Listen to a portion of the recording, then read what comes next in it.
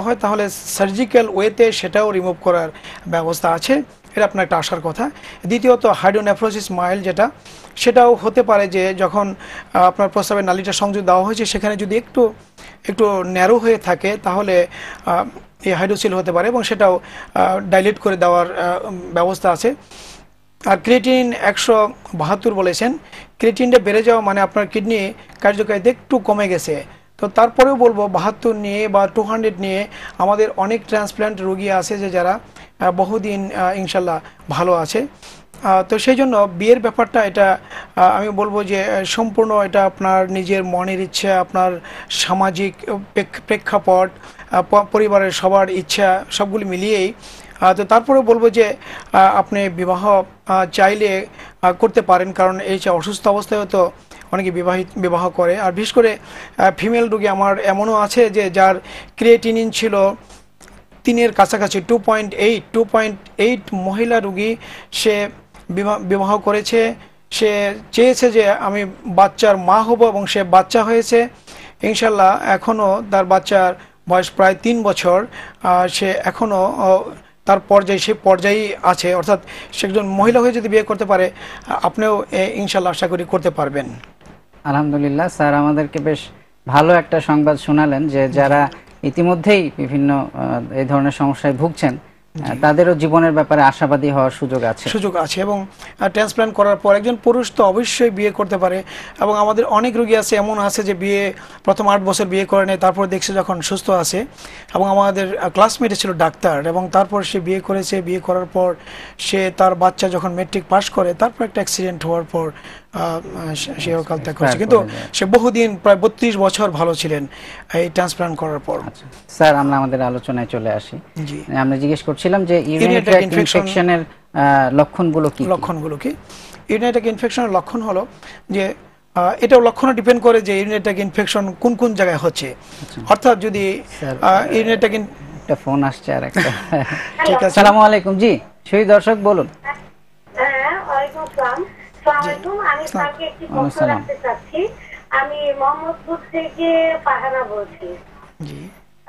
Sir একদিন অনেকদিন আগে বলেছিলেন যে সিএপিডি একটা পদ্ধতি, যে পদ্ধতি দিয়ে কিডনি ডায়ালাইসিস বা কিডনিকে করে। ওই যে উনি বললেন যে ডায়ালাইসিস 2 সিস্টেমে হতে পারে, সিএপিডি বা আরেকটা ওই যে ওরা যে মেশিন দিয়ে করে হেমোডায়ালাইসিস। পদ্ধতিটা কি আমি তো ডিটেইল বুঝতে পারলাম না। আমাদের পেশেন্ট আছে, উনি কি কাইন্ডলি আমাদেরকে বুঝিয়ে দিবেন যে সিএপিডি পদ্ধতিটা কি, এ দিয়ে আমরা কি কি সুযোগ পেতে পারি, এটা একটু জানতে চাচ্ছিলাম। ধন্যবাদ আপনাকে এই সুন্দর প্রশ্নের জন্য। আসলে কিডনি যখন সম্পূর্ণ বিকল হয়ে যায় তখন বেঁচে থাকার জন্য যে উপায়, একটা হলো ডায়ালাইসিস, আরেকটা হলো কিডনি সংযোজন। আর ডায়ালাইসিস 2 ধরনের, একটা হলো মেশিনের সাহায্যে করা হয়, যেটা সপ্তাহে 2 বার থেকে 3 বার করে করতে হয়। যেখানে ডায়ালাইসিস মেশিন আছে সেখানে যে এই ডায়ালাইসিস করতে হয়। আর সিএপিডি হলো এমন একটা পদ্ধতি যেখানে আমরা পেটে একটা সফট নরম একটা নল আমরা লাগিয়ে দেই এবং তাদেরকে শিখিয়ে দেই যে কিভাবে এই নলের মাধ্যমে পেটের ভেতর ডায়ালাইসিস ফ্লুইড যেটা আছে, ডায়ালাইসিস বলে, সেটা দিয়ে আবার সেটা বের করে আনা যায়। এবং এই পদ্ধতিতে রোগী কিন্তু ঘরে বসে তার বাড়ি যেখানেই থাকুক, সে যত দূরেই থাকুক, সে পঞ্চগড় হোক, সে কুমিল্লা হোক বা সিলেট হোক, কোনো অসুবিধা নেই। কাছে ডায়ালাইসিস সেন্টার থাকুক না থাকুক কোনো কিছু যায় আসে না। তাকে যদি আমরা শিখিয়ে দেই বাড়িতে বসে বসেই নিজের ডায়ালাইসিস নিজেই করতে পারে। এবং এই পদ্ধতিতে রোগী অনেক ক্ষেত্রেই দেখা যায় যে মেশিনে যে ডায়ালাইসিস হয় তার চেয়েও ভালো থাকে। বিশেষ করে যাদের হার্ট ডিজিজ আছে, এদের মেশিনে ডায়ালাইসিস করার সময় বুকে ব্যথা হয়, অনেক সময় হার্ট অ্যাটাক হয়ে যায়, অনেক সময় প্রেশার কমে যায়, ফল করে যায়, অনেক সময় ডায়ালাইসিস করতে যায় প্রচণ্ড বমি হয়। কিন্তু যারা সিএপিডি করে তাদের কিন্তু এই ঝামেলা নাই। মেশিনে ডায়ালাইসিস করতে প্রতিবার সুই ফুটিয়ে ডায়ালাইসিস করতে হয় এবং এটা বেশ পেইনফুল। কিন্তু সিএপিডি যখন করে তাকে এই সুই ফুটানোর কোনো ভয় নাই, এদের কোনো রক্ত নষ্ট হয় না, কারণ হেমোডায়ালাইসিস প্রতিবারে করে 30 ml করে, প্রতি ডায়ালাইসিসে 30 ml করে লস হয়। অর্থাৎ সপ্তাহে যদি 3 বার করতে হয় তাহলে 390 ml করে রক্ত চলে যাচ্ছে, কিন্তু সিএপিডিতে হয় না। আমাদের দেশে আপনাদের জানানোর জন্য বলছি যে সিএপিডি হয়, আমরা সিএপিডি করছি 1997 সাল থেকে। ইনশাল্লাহ এখনও চলছে, এবং যারা সিবিডি করছে ওনারা ভালো আছেন, এবং এখানে যে ফ্লুইড, যে সমস্ত যন্ত্রপাতি যা যা প্রয়োজন হয় এবং এটার জন্য এক্সপার্টাইজ সবই আমাদের এখানে অ্যাভেলেবল আছে। ধন্যবাদ স্যার, ধন্যবাদ আপনাকে এই প্রশ্নের জন্য। ধন্যবাদ। জি, আমাদের একটা ফোন আছে। আসসালামু আলাইকুম। হ্যালো, আসসালামু আলাইকুম। জি, ওয়ালাইকুম সালাম, বলেন। আমি আলমাজ বলছি, ওই নারায়ণগঞ্জ থেকে। আমার ওই কোমরে ব্যথা, অনেকক্ষণ বসে থাকলে কোমরে অনেকক্ষণ ব্যথা হয়। জি জি। এখন আবার মাঝে মধ্যে এই পানি আপনার ফুলা জায়গা। আচ্ছা আচ্ছা, কোমরে কি দুই পাশেই ব্যথা না এক পাশে নাকি পিছনে? দুটো পাশে ব্যথা আর কি। ঘুমে থেকে উঠলে ব্যথাটা কম না বেশি? সকাল যখন ঘুম থেকে ওঠেন, সকাল 7টার দিকে উঠলে তখন কি কোমরে ব্যথা বেশি থাকে না কম থাকে? তখন কম থাকে আর কি, বয়ে থাকলে আর কি বেশি ব্যথা করে। আচ্ছা, তো ধন্যবাদ আপনাকে প্রশ্নের জন্য।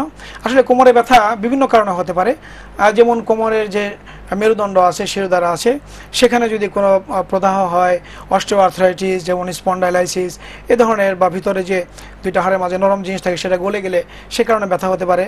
আমাদের এই যে পেট আছে, পেটের পিছনে বিভিন্ন অঙ্গ থাকে, সে অঙ্গের যদি কোনো রোগ হয় সে কারণেও হতে পারে। তবে আমরা যদি কোমরের দুই পাশে যদি ব্যথা হয়, তাহলে বেশিরভাগ যে জিনিসটা নিয়ে বেশি সচেতন থাকি সেটা হলো যে কিডনির কিছু কিছু কারণে কোমরে ব্যথা হতে পারে। যেমন কিডনিতে যদি পাথর হয়, কিডনিতে যদি কোনো প্রদাহ হয়, বা কিডনির নালী যদি বন্ধ হয়ে যেয়ে থাকে কোনো কারণে, সে সমস্ত কারণেও কোমরে ব্যথা হতে পারে।